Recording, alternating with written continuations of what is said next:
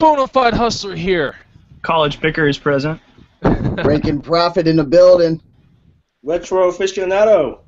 What's going on, guys? Coming to you live from actually the inside of each of our Hustler hideouts, and welcome to the Green Room Hangout. Hopefully, the first of many hangouts that we're going to be having, not only with ourselves, but with guests in the near future. So, one of the things that we want to do before this hangout starts, because this should be a really, really good hangout for many reasons, but in order for the hangout to be beneficial to you, we have to make sure that the hangout actually sounds good to you. So if you can hear us perfectly fine, go ahead and comment on the comment feed right now. Just say, I can hear you guys fine, it looks good. And CP, why don't you talk a little bit, Ray can talk a little bit, and Young talk a little bit. That way we can make sure we got the audio all synced up right. Can you hear me with this fantastic polo hat that I found? Take a guess how much it's worth in the comments. Oh, Testing shoot. 1 2 3. Testing 1 2 3. Rakin is in the house. I can see that. Is my microphone working? Can you hear me now? I Can think you hear me you're now? pretty good. We'll see if the people out in YouTube land can hear us. Go ahead and comment if you can hear us. If you see me looking on this side, if you see any one of our pickers looking at something down below or on the sides, it's usually the second screen of the Hangout, and that's where we're looking at the comment feeds so we can engage with you guys better out there. It looks like, hold on, I got to keep refreshing this comment feed, but it looks like I think people can hear us. I want to make sure, I want to see a couple comments come down, make sure that the audio is good, and then we can kind of start the show. What'd you guys find today, man? CP, did you go thrifting or anything? Not Are you today. still sick? I'm getting over being sick. I didn't do anything today. Rakin, take a guess on his hat. What do you think that thing's worth? Can't even really see it. All right, CP, get in front of the camera. Come That on, means man. you don't read your Facebook Okay, I comments. see it. Wow. I've sold a vintage Ralph Lauren hat like that, a little different, for like $75. It was torn up and ripped. So I mean, that thing's Young. sweet, man. Take your guess, Young. I think he can get. Oh, so USA hat too? Easy, $30 at the minimum. All right, CP, what do you think the estimated value of that hat is? The last one went at auction, started at $29.99 and ran all the way up to $105. Really? Same size, same hat. No way. If you autograph it, though, it'll probably go up to $200, though, honestly. So let's go back to the comment feeds. Are you guys seeing any comments rolling through about the sound check? Let's make sure. Yes, sounds good. Jeff Barnes in the house. We got Wompsky, sounds good. Okay, so it sounds like they can hear us. There's some people in the room watching this right now. So actually, there are 43 people in the room watching this program. So let's kind of get started. And for the people maybe that are just joining really quickly, I'm going to give like 1 minute about myself. My name is the Bonafide Hustler. I run a YouTube channel here on YouTube. Duh.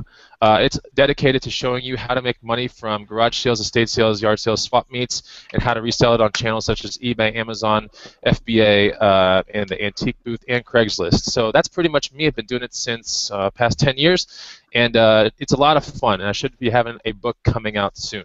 So, CP, take it away. Who are you? All right. I am the college picker. I started picking and reselling going through college, and now I'm graduated, but who knows? I might go back to school eventually and do stuff. But I do the same thing. I sell on eBay, Amazon, Craigslist. I just started an Etsy store, which is a whole new project. Had 3 sales on there so far. But yeah, you can check out my YouTube videos. I do some product reviews a little bit more now and other kind of picking related stuff. Rakin, Steve? what's up?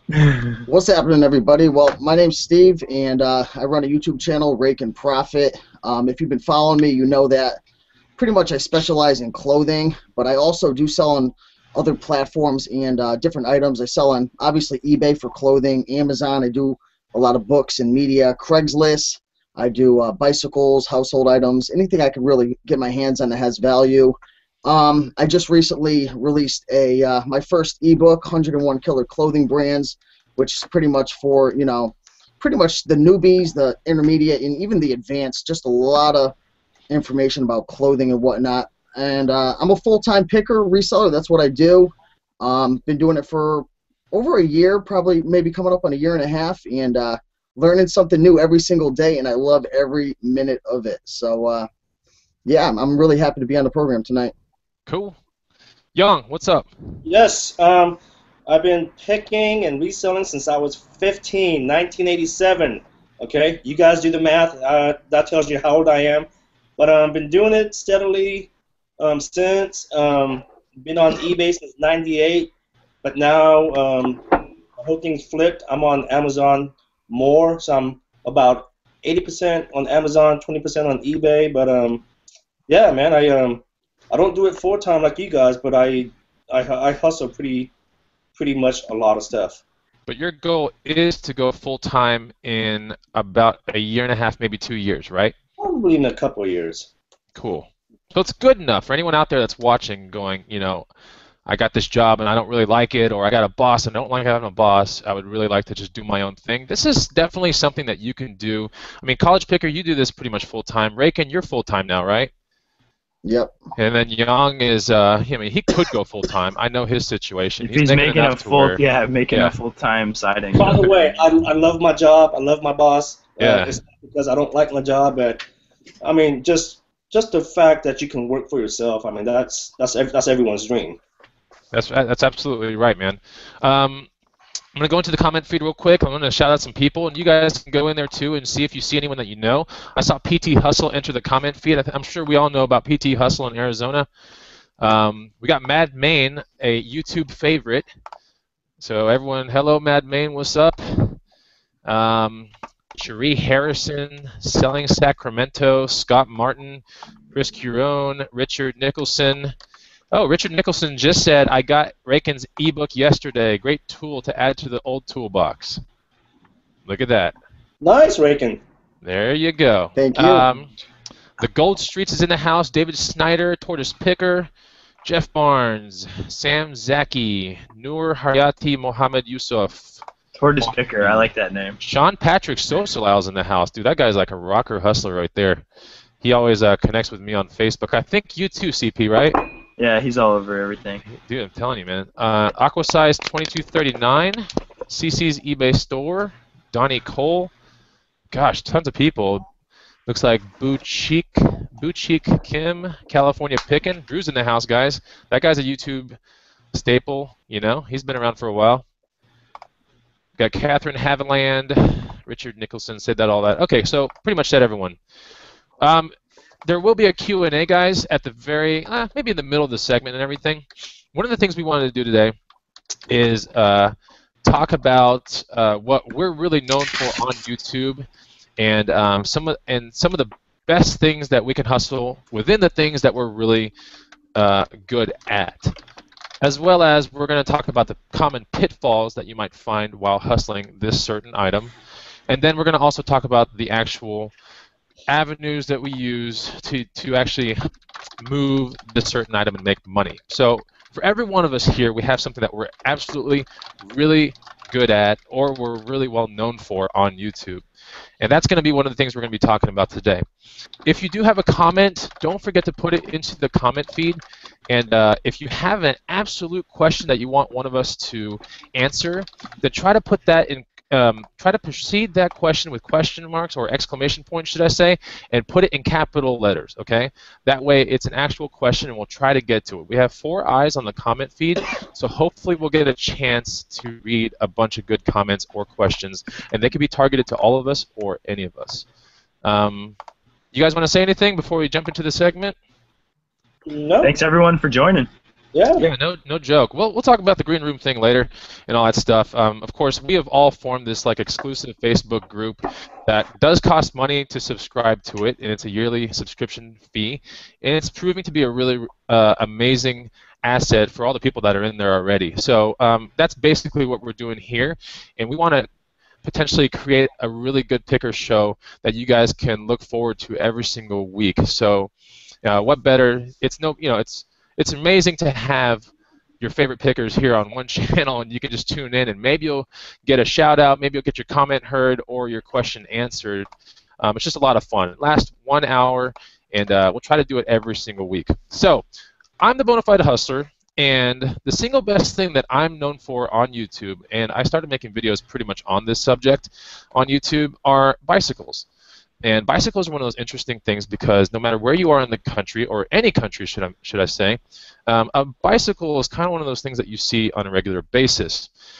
Now, little do people know that you can actually flip and resell bicycles. So there's a lot of money to be made in bikes because they tend to pay you much more than, let's say a calculator you find at a garage sale, or, a shirt you might flip, an average shirt that you might flip on eBay or, let's say, Amazon. If you're picking the right kind of bicycles, you tend to do extremely well for the amount of money that you have risked in the product itself. Would you agree, Raken? Absolutely. If you have the right bike, I mean, you get a pretty decent return almost exactly the way you want it and exactly the way you saw it, right? Super easy if you find the right item. Yeah. No returns. No returns. The person comes over, or you meet up with them. They ride it for a second. I like it. Cool. Here's the cash. You never hear from the person again. You're not dealing with feedback. You're not dealing with PayPal. You're not dealing with any of that stuff. You're dealing Cash with money. cash as fast as it comes in your hands. It's really amazing. So, that being said, I have flipped thousands of bikes, and I only have a small fraction of those pictures on my actual Facebook for the Bonafide Hustler. There are so many pictures that I don't think putting them all on the entire Facebook page proves anything, but I did want to put a pretty decent amount. That way you guys know, like, I'm really good with bicycles, and if you ever have a bike question, then go to the Bonafide Hustler Facebook, or you can go to Raken's Facebook, or you can go to College Pickers Facebook, and you can ask us specific bike questions, because all three of us are pretty good at that. But we were talking about this yesterday. We had a Green Room admin conference call, and the single best thing that, if you are out there and you don't know anything about bicycles, the single best thing that you can look for is a vintage road bike. What do you say, College Picker? Yes or no? Yeah, look for those drop handlebars, and you will be golden for the right price. I like that skateboard in the background, bro. My eyes just went to the skateboard in the top left corner. Anyway, it's Teenage Mutant Ninja Turtles, dude. It's no on my Instagram. Way. Oh my God. We're so off topic, but yeah, it's on my Instagram if you want to check it out. That's pretty cool. I think you need to send it to me. So, and Raken, you would have. What do you think? A road bike, a vintage road bike steel frame. Would you say that's high on the profit scale, or in the middle, or lower? What do you think, man? Oh, absolutely. You're definitely getting up towards the top. You find those rallies. Man, those rallies, it doesn't, if you find a steel frame rally, whew. Yeah. I know you know about that very well, and you know about the Cannondales, because I know you've hustled Cannondales. I know College Picker specifically, Motobicanes. College Picker's done Fujis. He's done everything, really. And I've done just about everything as well. So the single best thing you can look for is a vintage road bike steel. And I'm going to go ahead and say aluminum frame, but aluminum frames typically are not really vintage considered road bikes unless you get into like the Treks or the 420s or any of that kind of stuff. Those were kind of well-known aluminum frame road bikes that carry insane amounts of resale value in a college town. Now, when I'm talking about insane, I'm not talking about north of $600 or $700 or $800. I'm talking insane in comparison to how much money you buy the bike for. So vintage road bikes, when I pop into them, I'm popping into these things for about $100 and less. And many of the bikes that I'm popping on are like $30 and less. I find these kind of things at garage sales and thrift stores primarily. And every now and then I'll find a pretty decent vintage road bike at a pawn shop. And yes, it's absolutely possible to hustle a pawn shop. It's actually one of the chapters in my book that's coming out. So yeah, let's take it from the top. You can actually make a lot of money if you don't know anything about bikes, and if you just want to focus on one type of bike alone, you can focus on a vintage road bike. Like College Picker said, it's the road bikes with the drop handlebars. A lot of times they'll have shifters on the stem, very close to the handlebars, or they're going to have shifters on the down tube, which is the tube that's diagonal, leading from the front tire down to where the pedals are. So if you find that kind of setup, flip the bike over, look for cracks. Let's talk about most common pitfalls real quick that you can be encountering. Typically, when you find these vintage road bikes, I'd say half the time you're going to find them with tires that don't have air in them or tires that need to be replaced. And you can ultimately make the judgment call on whether you want to put tires on the bike or new tubes. Because honestly, even with flat tires and even with shredded up tires, it still has amazing amounts of resale involved because people just put on new tires and they put on tubes and they're just fine with that. So, but that is I would say a pitfall involved with road bikes.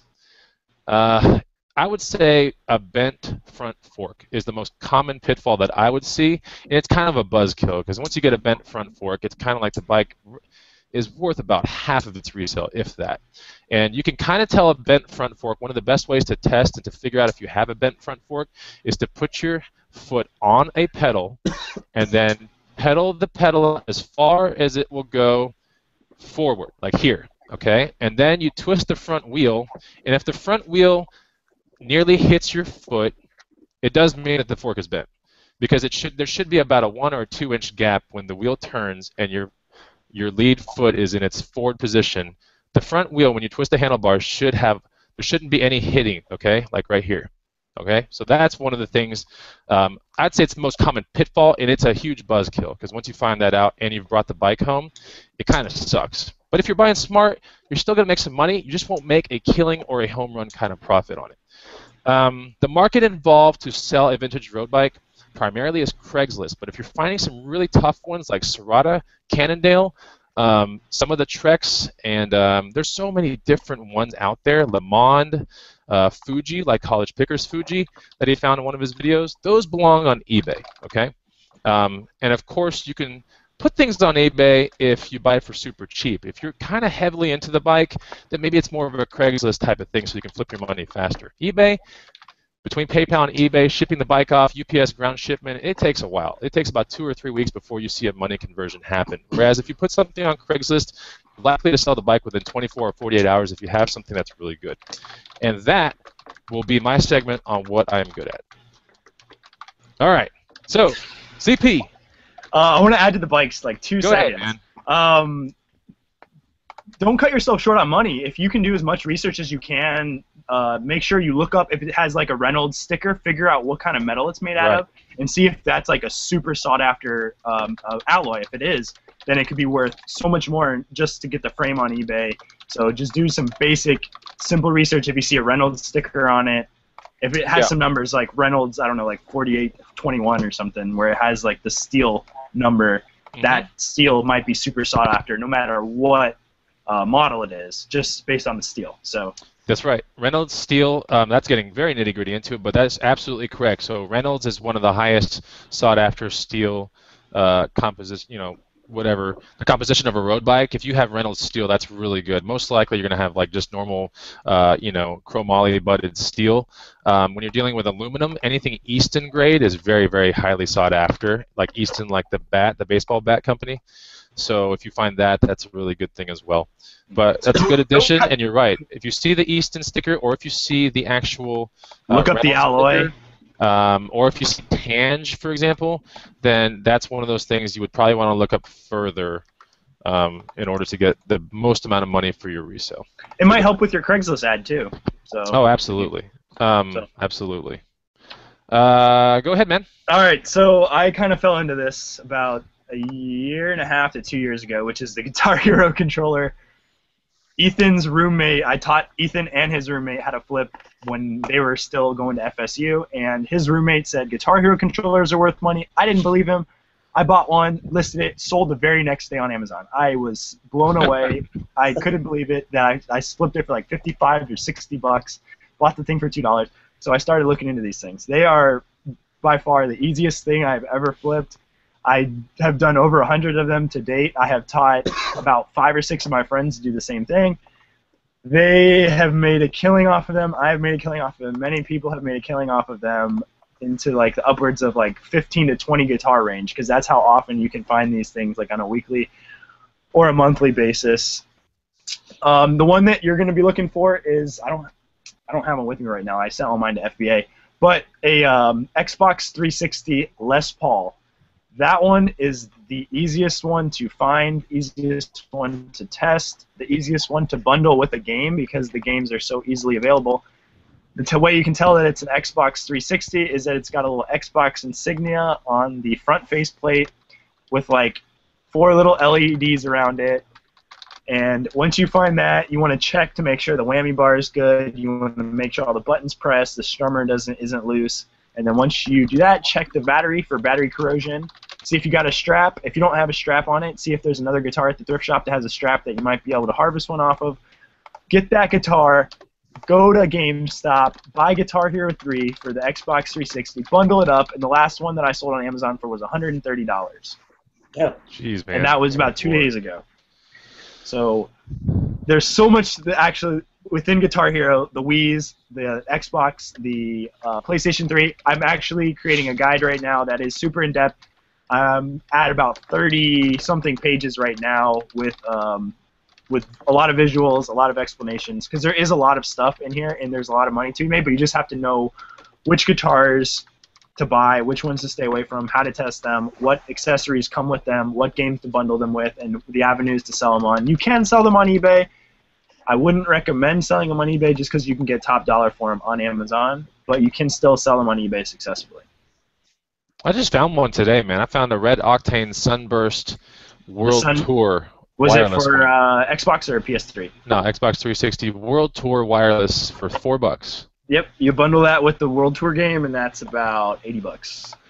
Yeah, I was like, oh, I already know about this guitar. They sell better with the games. Like, the thing with Amazon is you want to make it as concise and as easy for the end user as possible. And by putting two products together, rather than having to go to two different buyers and hope that they both get shipped to their house and then the kid can play, the mom or the grandma would rather just spend a little bit more money, or they might not even know that they're spending more money because they just see that bundle has such a high sales rank that they pay more for it, and they get everything in one shot, Amazon Prime maybe, from a merchant fulfilled, whatever, and they get it all in one shot, and the kid's happy. They just got everything, and these things aren't made anymore, so there's a huge demand with a very, very little supply now. What's your source for getting the game? GameStop. GameStop, okay. Or a pawn shop. I mean, I've popped into pawn shops, bought them for like $1 to $5 if I need the game. Okay. But yeah, GameStop, if you can do it, do GameStop. Cool. Very good information, man. Very good information. Reckon, what's going on, man? What's happening, man? So pretty much what I'm pretty much going to be concentrating on for the most part in the green room, or what I'm going to really be looking to assist people with the most, is the clothing, because that's what I do. I mean, I've sold thousands of pieces of clothing. It's ridiculous. I mean, as your inventory starts to get bigger, you're going to start selling more items. So that's really key. And the reason why I really love clothing, and I always suggest it to people, is because there's so much abundance of clothing. Go into any thrift store, and what's pretty much, you're going to see two main things that stick out to you most. You're probably going to see a crap load of books, and you're going to see a crap load of clothing. And I mean, that's the beauty with clothing. There's such an abundance, and you know, there's always new clothing coming in. If you ever see people like bringing in donations, they're usually bringing in clothing. So there's always new inventory coming in all the time.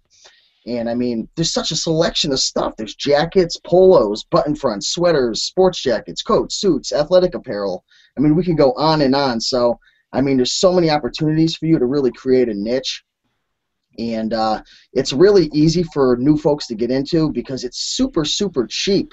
I mean, you go to like the Salvation Army or the Goodwill or Savers on half-off days, I mean, you could really accumulate a really big inventory of really high-quality, profitable items at a low, low cost. So, I mean, huge opportunity in terms of, you know, a low investment. And a lot of people, they're always concentrating on brands. They always want to know about the brands, and that's super important. But the beauty with clothing as well is the brand is important, but the style that you get, the type of item that you actually get in a brand is even more important. So, I mean, there's unlimited opportunities for clothing. You could get the crappiest brands out there. You could get the American Eagles, the Aeropostale, the Gap type of stuff, the stuff that's kind of lower end, and still make killer profits if you find, you know, shearling jackets and leather coats and limited customized type of items. So, I mean, that's really a really key factor in why I love doing clothing. And the bigger size stuff too does super, super well. I mean, you could find, like, if you find a Ralph Lauren polo size 5 extra large, I mean, those things fly like hotcakes. I use one as a throw rug right now. I was at a half-off Savers sale about, I don't know, a few months ago, and I found like 15 Ralph Lauren polo shirts, and they were all like 5 extra large. They were huge. And I mean, they're just selling left and right. They're still selling. How much are you selling each one for? Like 40, 50 bucks a pop? Yeah, 40, 50 bucks a pop. I mean, I took a best Wow. offer on some of them for like Holy. 30 bucks because I made all my money back after like 2 sales. That's So amazing. huge opportunity with clothing. Now I want to No kind of pun talk. intended. Yeah, seriously. Now I kind of want to talk about some of the pitfalls to clothing. Maybe some of the traps I see people fall into. You know, as I talked about, it's really easy to accumulate clothing. It's really cheap. So you see a lot of new folks, they buy a whole bunch of clothing, and next thing you know, their closet looks like a JCPenney outlet store. You know what I'm saying? And what I'm leading up to is the pitfall, which is people buy, but they don't list. They don't set a listing schedule. They don't get into a routine. They don't get themselves creating like positive patterns of listing every single day. And, you know, like anything else, with reselling, you could buy all you want, but you don't make your profit until you sell. So that's really one of the big pitfalls. People don't understand.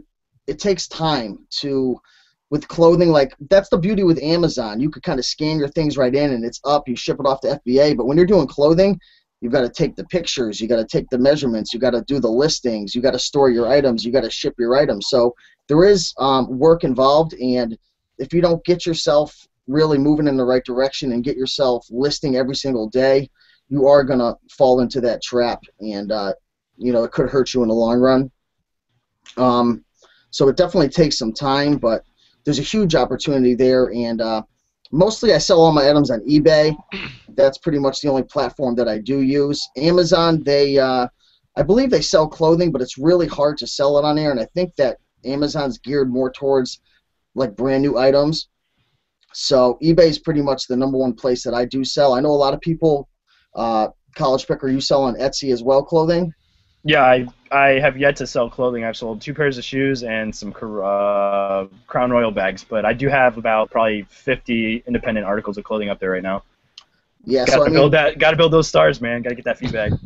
Exactly. So that's actually something I'm looking to do in the near future, because it's always good to be selling on multiple platforms, just because, you know, you might think you run your own business, like you run an eBay business or an Amazon business, but if they kick you off, you don't have a business anymore. So it's always good to, just in case, have backup plans. So, yeah, that's pretty much a little background of the clothing and, you know, why I love it, some of the pitfalls, and, you know, where I sell it. Hey, Steve, I got a question, and maybe someone. This is real quick before we get to Young. What about counterfeit clothing? Does clothing ever get counterfeited? Ooh, that's a good one.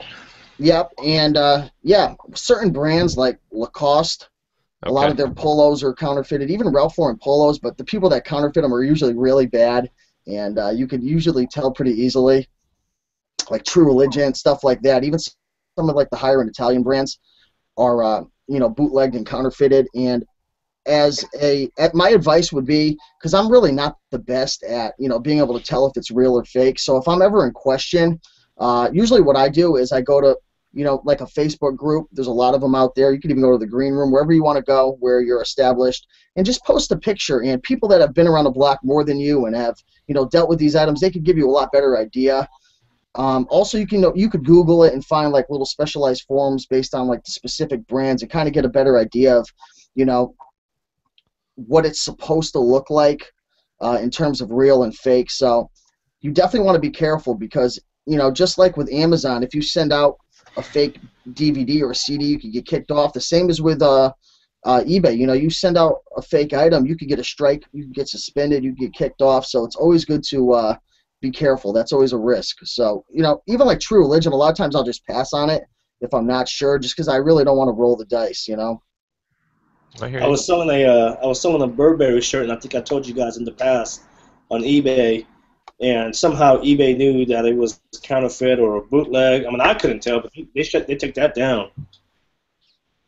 Yeah, Burberry, that's another one that Yeah. it's counterfeited quite often. So you always really want to be careful with those types of items. The more expensive it is, the better chance that someone is out there trying to, you know, make a pretty penny off of it. Yeah. So, Young, what's going on? What's going on, man? What are you well, about? you know, I think I've said in the past, you know, I don't really have a niche per se. I mean, I like to hustle pretty much whatever I can get my hands on. But one thing that I do sell year-round, and I always do really good, is board games. And Chris, I'm sure you can attest to that. But yeah, I mean, I sell them year round. And I only look for board games that are new in the shrink wrap. And the only reason being is because I don't want to be stuck buying a used game and start counting the pieces. That's a waste of my time. I'd rather just source brand new games, still in the shrink wrap. And they tend to do year round, but they do better towards the holidays. Yeah, and certain games won't do as good as others, but I've sourced games for like $5 and I sold them for like 100. I'm not going to disclose what that game is. That's only for the green room members. I'm sorry, but come on, just one game. No, I'm just kidding. Monopoly. Monopoly. Yeah, right. Operation. No, don't buy Operation, please. Yeah, so some games, there's a lot of rare games out there, but yeah, so some do better than others. And the pitfall, I guess, is like I said. I mean, there's nothing wrong with sourcing used board games. I mean, people do it all the time. Again, I just don't want to waste my time sitting down and counting the pieces. Because first of all, like a lot of the games that I source, I don't even know what pieces are in there. You know what I'm saying? So yeah, I just don't want to waste the time and have to count the pieces. But they're a great item to flip on eBay or Amazon. I prefer Amazon because I think you get much more money for the games. Top when you say Amazon, are you referring to merchant or the FBA one? FBA. You know what? Okay. So the thing about FBA is you can be selling the same item that a merchant is selling, but they will buy from an FBA seller, even though he's selling it for like $20 or $30 more. Yeah. Only Absolutely. because Amazon backs them up. Get that little blue. I don't know, what is it? The blue Prime logo of knowledge next to it. Yeah. Just draws you to it. You gotta click on it. So always do Amazon FBA if you can. Cool. So hopefully you guys out there know what we're a little bit about. If you're just checking out this for the first time, 3 of us are YouTubers, and you know that we all 3 or all 4 have completely different things that we're extremely really good at.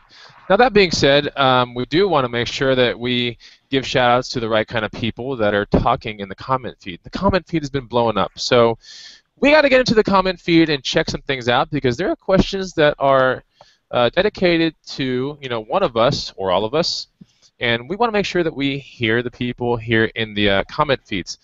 A lot of the nitty-gritty kind of stuff on the things that we're really good at, we do put into the green room, just so you know. We put a lot of the interesting little secrets that we use to find the things that we're really good at in the green room.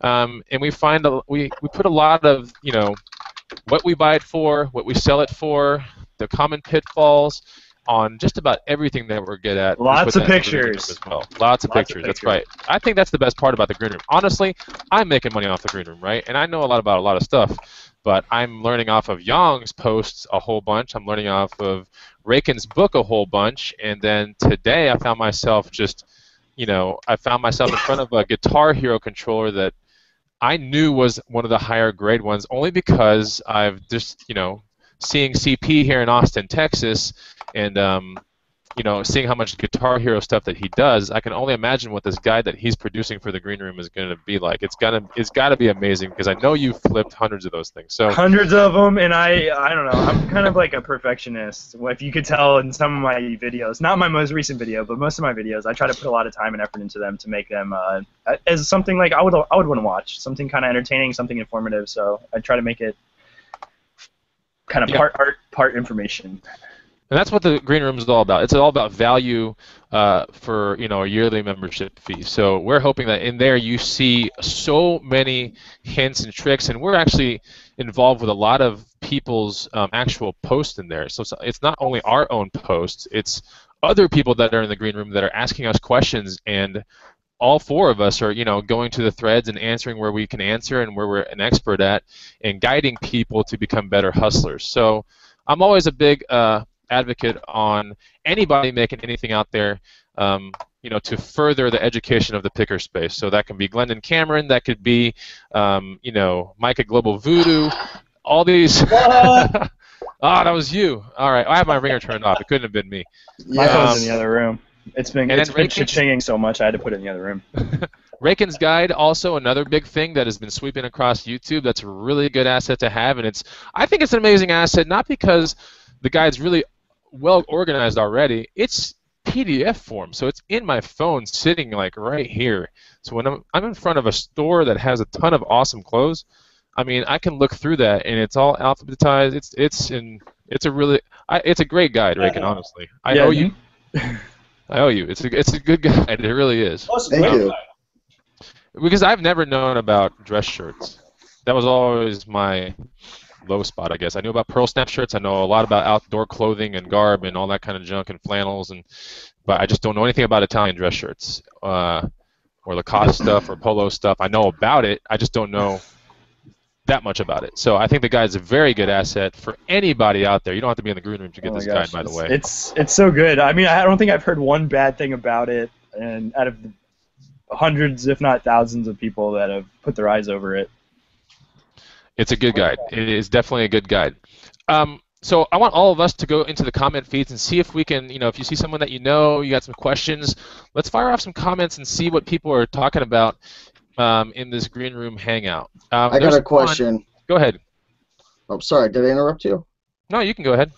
All right. A question from Hoovy79. Steve, does the season changing affect your inventory and what you focus on selling? Long sleeves and sweater sales are slowing.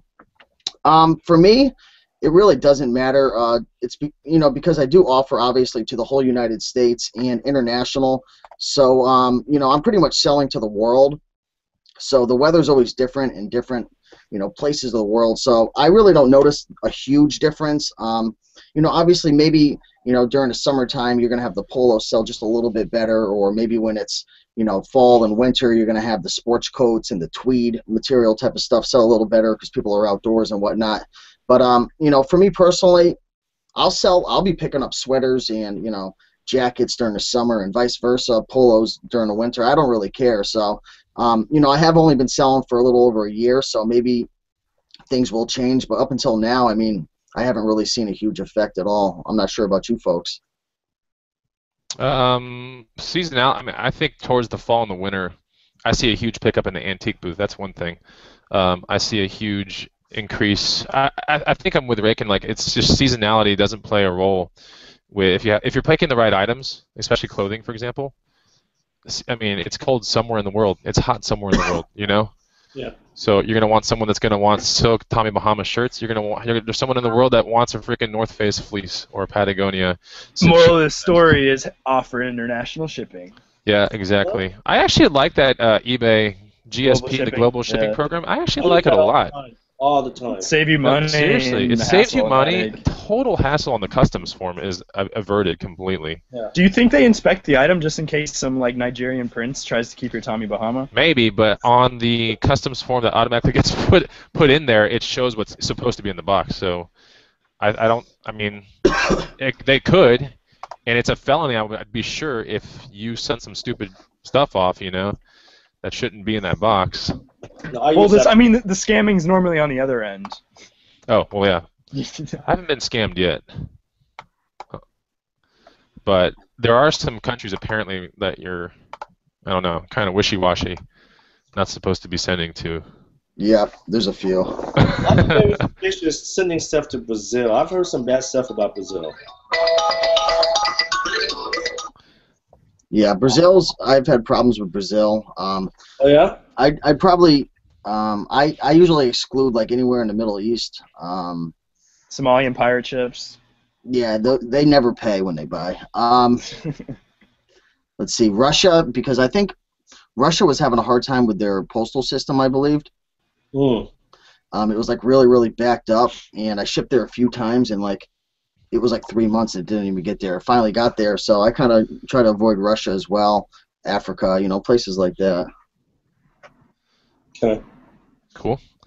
Some more questions for Rakin, actually. Hold on. What a popular guy. Well, here's just comment for Raken. Thanks, Raken. I just shipped out a blazer to South Korea for $160. Thanks to you. Whoa. Right after Sweet. that was something that's from Mass Pickers. So shout out to Mass Pickers. What's up, guys? I just wanted to share a find. Found these exact cleats for $10. And I looked up the cleats. He put a little posting there. It went directly to an eBay auction, and it sold for $174.14. Soccer cleats. I mean, 10 to Oh, 174. That's a huge profit, man. Are I they just had some- colorful, or is it a good No, brand, they're just or pretty good like model, or what? they're just red and white, and they're just these Nike Mercurial Vapor soccer cleats. I'm sure if they're called Vapor, they must be really light. But I actually sold a pair of Hyperfused Football Gold Edition with chrome bottom, like football cleats. Like I sent them out 4 days ago. Those went for 80, and I bought those for $10 at a thrift store. So I guess Almost on certain Mass great- Picker levels. almost, man. But I'm not finding any Nike Vapors yet. But That's sick. congratulations Good to job, Mass guys. Pickers. Those guys do. Those guys got Guitar Heroes on lock, man. Yeah, they have videos with their Guitar Heroes. I saw that. What else do we got here? All kinds of good questions. Is the move to Amazon simply due to Amazon being hot and working, or due to eBay weaknesses? What do you guys think? I think it's a combination of both. I mean, eBay obviously isn't doing as good as they used to, and Amazon is just, oh my gosh, they're just blowing up, man. They're, jeez. Amazon seems to be the place to be. I still like eBay. I still deal with my antique booth all the time. I still deal with Craigslist. I'm getting more into FBA. Mm-hmm. So we were talking yesterday on our conference call about the scanners that people buy and the software things that people go with when they start dealing with massive amounts of barcodes, and so that was really interesting. Maybe one day we can actually. Who is that? Dude, Oh my my God, is that you, Is that Michael? yours? yeah, it's been blowing up the last Oh few my days. gosh, dude, That's you're buying lunch. No joke, dude. What the heck? Here's a good question. Well, it's kind of a funny. Well, I don't know if I can locate it. Here it is. Nur Haryati Mohammed Yusuf. Do you guys have a theme song playing in your head when you walk into a store? I do. What is it? Macklemore, dude, of course. Okay, so this girl or guy, the picture has a girl in it, but it says mine is Every Day I'm Hustling, which I think is a Black Eyed Peas song, right? Isn't it? No, every day No. I'm hustling. No, that's the Rick Ross, man. Are you sure? That's Rick Ross. Yeah. Okay, never mind. Oh, I think I know what Every you're day I'm talking about. hustling. Yeah, CP should know, man. Every He's day I'm from Florida. hustling. Every Okay. day I'm What the hustling. hell? Every day Oh, every yeah, day, you're right. every day I'm hustling. No, I'm definitely Macklemore thrift shop in my head. Hey, man, you know what, CP? You should stand up and start twerking, man. I No don't way. twerk. No way, dude. I can end this at any second, this entire call. Don't you worry. I will. I will save everybody's eyes. You guys see any more comments? There's a lot of comments. I don't even know where to start. But Is that Rick Ross? I gotta make sure, man. If I'm giving that. well, I know knowledge that out. there's a Black Eyed Peas song that says "Every day I'm hustling." Yeah, it's and it Rick goes, Ross. Okay. You know what I'm saying? All right, I got a question Yeah. from Richard Nicholson. Okay. Rake in how long before you would drop prices to blow out items that do not move? So this is something I've kind of been experimenting with, like switching up my strategy in terms of this. Over time, I when I was new, I would switch it after a week because I only had a few items in inventory, and then as my inventory started to build, I kind of, like I said, I kind of did it a different way. But now most of my items that I list are for 30-day auctions. So I'm at the point now where the things that I'm buying, I've bought them before, I've sold them before. I kind of have a feel for what they sell for. So if they actually end after 30 days without selling, which is a common theme, it happens just because it's clothing. If you're trying to get top-notch dollar or you're trying to get a good profit, sometimes it won't sell. You have to relist it a few times. But at any rate, after about 30 days, I'll drop the price a little bit. And, after 60 days, then I'll probably really, really cut it down and just try to blow it out. But again, the more experience you get with clothing or with anything, with cell phones or books or Amazon, whatever you're doing, you're gonna have a gut feeling. You're gonna have an idea of what you could expect to get, and there'll come a point where you're finally you're not gonna drop it anymore because you've sold it before and it'll sell eventually. You're just waiting for that right guy to come around and scoop it up.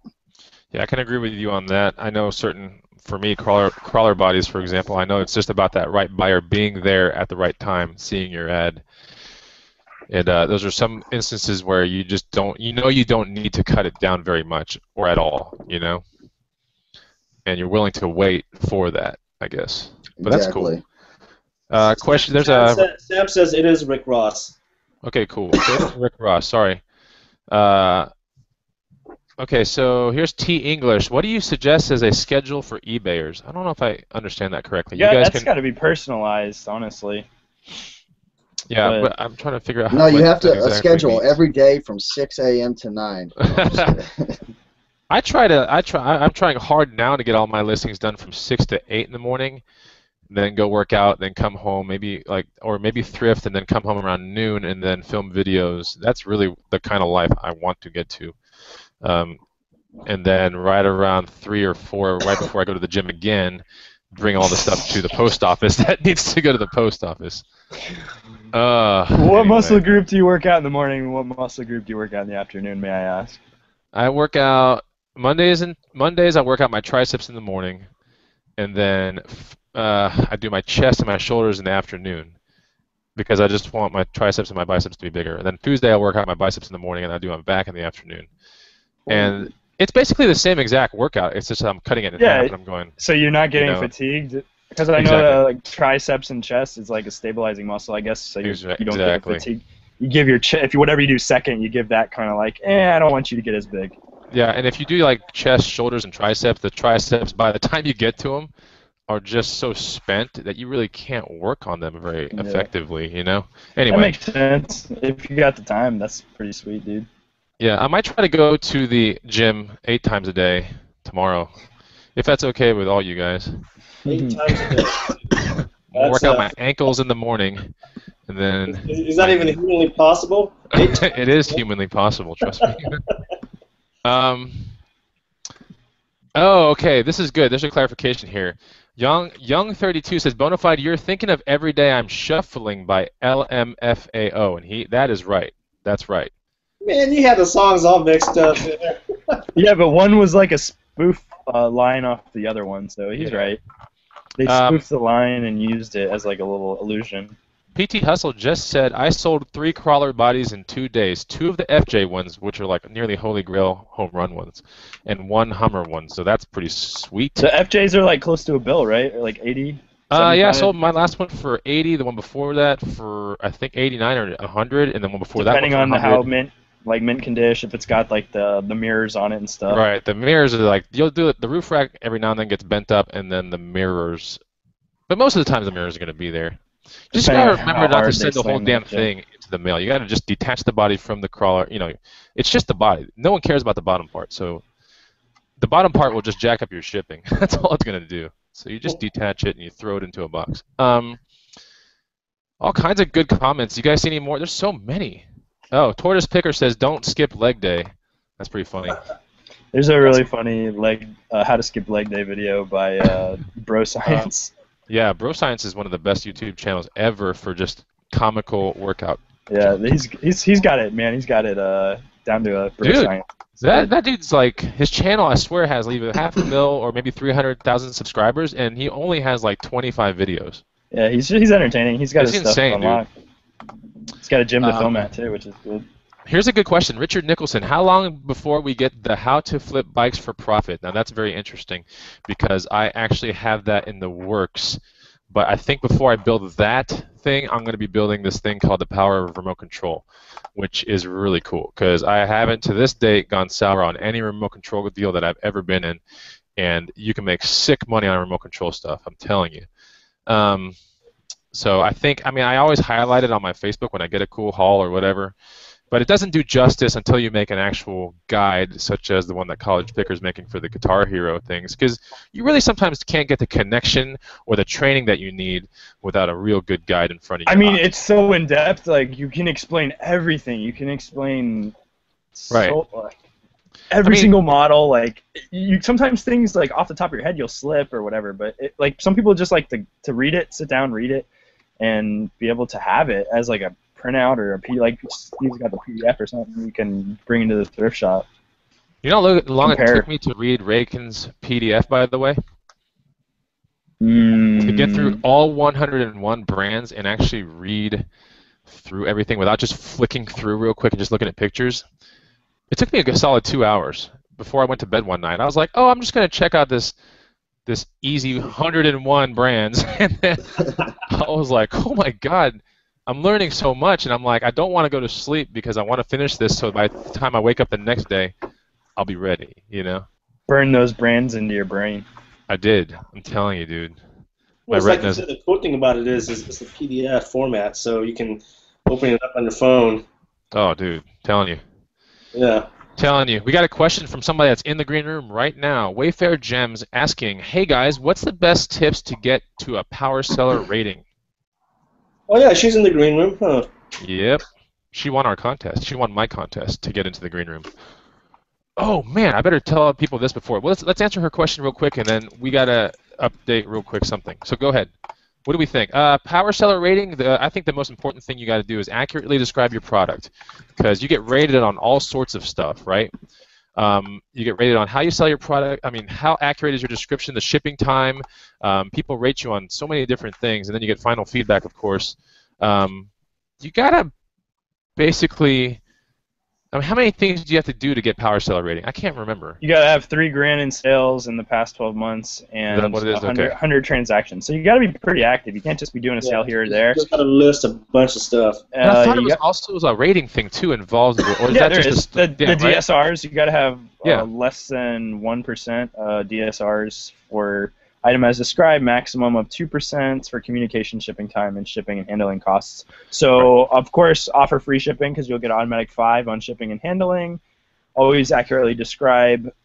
Try to ship your item same day or the day after it sells to get that shipping and handling time, DSR, 5-star automatically. And then just grind out that 3,000 sales, 100 transactions with an amazing feedback. Always provide great customer service. Put some of those Steve Rakin stickers on it with smiley faces. That's right. And provide a good product, provide good service. That's good. No, I a agree. lot of it. A lot of it. Just keep listing. Just keep listing. Yeah, that's true. I think Steve knows what we're talking about. Look, judging from the back of his background right there. It's like all tagged out and everything. Look at all that organization going on behind you, Steve. Man, I'll tell you, I wasn't staying organized the first like 7-8 months. I didn't create a system to be able to find my stuff, and once you get 400 or 500 items in your inventory and you don't have a system to find it, you are going to be driving. I was. Oh Especially if it's just like a blue polo and you have like 20 of them hanging out. Like 25 blue shirts. You're like, this shade of blue looks the same. Rakin, pick up that shirt behind you and tell us what that tag means real quick. Okay. Directly behind, or any one of those things. I got one right here. What does this tag mean? Coded. The 447, 1447. Maybe this could help someone out there. What does this tag mean to people, to you? All right, so pretty much I pretty much hold most of my stuff. This is stuff that's going to be transferred over to my storage unit. So you got the hanger, then you got a piece of masking tape with a letter and a number associated to it. So right now I have 2 commercial racks in my storage unit, and each rack has 4 different tiers to it. So I have 8 tiers right now because I have 2 units with 4 tiers on each one. So I have A, B, C, D, E, F, G, H. So I know exactly where to find this, H33. So I'll go to the H tier, and then I have numbers 1 through 80 in order. So when I sell something, I put it in my listing, the actual number and the letter associated to it. So when I sell this, everyone's going to know this brand, Pendleton. When I sell this Pendleton high-grade Western wear style, I'm going to go look into my listing, and it's going to say inventory number, and it's going to say H35 or H33, whatever it is. And every day I go to my storage unit, I have about, I don't know, anywhere from 3 to 15 items that I sell. You never know. Some days you'll sell none. Some days you'll sell a crap load. And I'll have all my letters and numbers associated. I find it real super quick. I'm in and out of there within 10 minutes. So, I mean, that's my system. And just saves. I like that system. I actually like that system a lot. That's a good one. It's just check out the video. You got a video on it. I don't actually though. That's the funny thing. I could have swore you like talked about the system in a video. Maybe you didn't. Yeah, I didn't really. Maybe you just mentioned it No. because I remember you said maybe it was a Facebook page. I think it might have been a Facebook post where you said this isn't my exact or this wasn't all my idea, but I kind of combined a bunch of different ideas to create this. But I do plan on making an actual video. People have been asking, and I'm sorry, I'm going to get around to it, I promise. An actual video dedicated to showing you firsthand because, like me, everyone has a different learning style. Like me personally, like I'm not the brightest bulb out there. You tell me something, I'm not going to remember. I need to see it firsthand actually done. So that's kind of like how I like to teach. I like to show and, you know, give examples because I think that's the best way to learn. So I'm definitely going to make a video soon, you know, depicting it to help everyone out. You were probably right on the verge of making that video, and then we invited you as partner of the green room. So that kind of ruined the whole thing, huh? Yeah, you guys are to blame. Damn it, it's our fault. Jeez. Young, is that sweater a thrift shop find? Is that sweatshirt a thrift shop find, Young? Oh no, this is from my gym. No. Okay, so me and Steve are probably the only ones rocking thrift shop finds right now. This is definitely not a thrift I shop know find, that guys. one's definitely not a thrift shop find. No, I'll be rocking some thrift finds. Dude, honestly, all I wear is thrift. I won't touch department store stuff. Call me a hippie. Call me a No, green. I rock it all the time, dude. I'll be going to the clubs, man. I'll be wearing some thrift shirts, man, dude. I don't go to clubs, man. I'm too old for that, man. We're coming close to the end of the segment, and I do want to recap and just say thanks for because it's going to be about an hour long, a real nice targeted hit green room hangout. We're going to try to have this thing every week, and it'll be on various days and everything. So if we do it like every Tuesday or every Wednesday, there's going to be a good chance that someone can't make every single one of those. So we're going to have it scattered around the week to where at some given point in time, if you haven't seen a Green Room Hangout live, you'll be able to. Now that being said, we do have an incentive for anyone that wants to join the Green Room and connect further with the idea of hustling, picking, reselling, and want to get into the inner circle with all four of us on our private Facebook page that we've created that's subscription-based. Anybody that joins within a month from this a week from this video right here, so we're talking about the 14th of March. 8:57 p.m. Eastern Time. That's right. Not only are you in the green room, but you will get a 30-minute private one-on-one consultation with one of us four, and you get to pick which one you want. So there's some incentive for you right there. And we're all good with that, right? We discussed this yesterday on the conference call that this is one of those things that I want to connect, and I know Rakin and I know all of us down here, we want to connect more with you guys, and it's one of the better incentives, really, if you think about it, because you get one of us, anyone you want, for 30 minutes, and we'll do the thing over Skype or however you want to do it. Now, that being said, I do want to thank everyone that's been in the comment feed. There are a ton of viewers in the room right now. I wish we could do this thing for hours on end, but there are a lot of people in here, and I'm thanking everyone that made really good questions or gave us really good questions and remarks. And if we get a spare chance today or tomorrow, we'll try to get into the comment feed and answer you guys, you know, right there if we didn't get to your actual question or remark. And I really thank all you guys out there that are watching right now and keeping it on picker and like on reselling kind of topics, which is really cool. It looks like everybody in this picker feed is down to learn something, which is really cool. So I do invite every one of you guys out there to consider the thought of joining the Green Room. It should be a lot of fun. It's always a choice that you can make to invest within yourself. We all know that.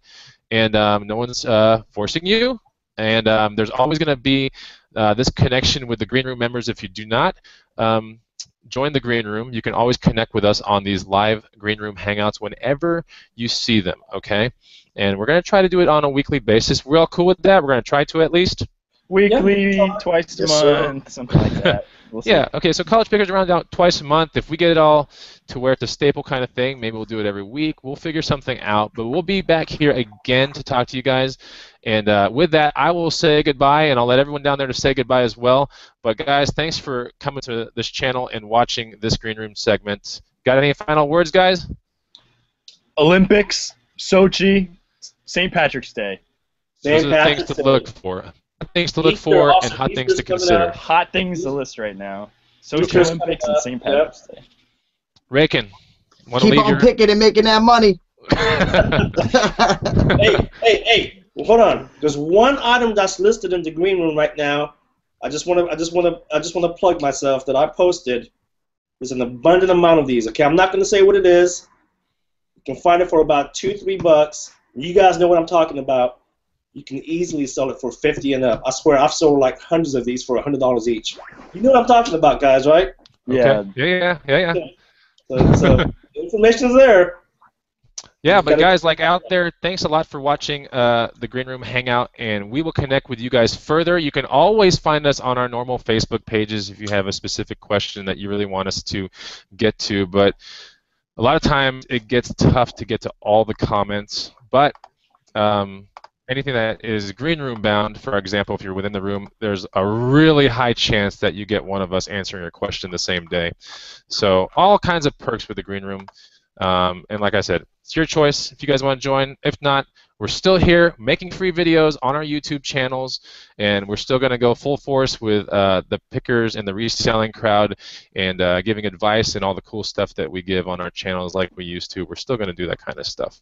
Yeah, I haven't stopped making videos. I've been making more videos. Shoot. Yeah, you've been making videos. You're sick in your bed, and you're Sniff going, here's a video. It's 30 seconds long. Anyway, I'm just messing with you, bro. Oh, Yard Sale Picker needs to get at us. She won the contest. If Yard Sale Picker is watching this, please get us your Facebook info. We can add you to the green room. She won the contest. Oh, cool. And remember, guys, if you do join the green room within 1 week, you get a free 30-minute consultation with any one of us down in this green room right here, the admins, should I say. Okay, guys, with that, thanks for watching this program, and we will talk to you soon. Bye. Bye.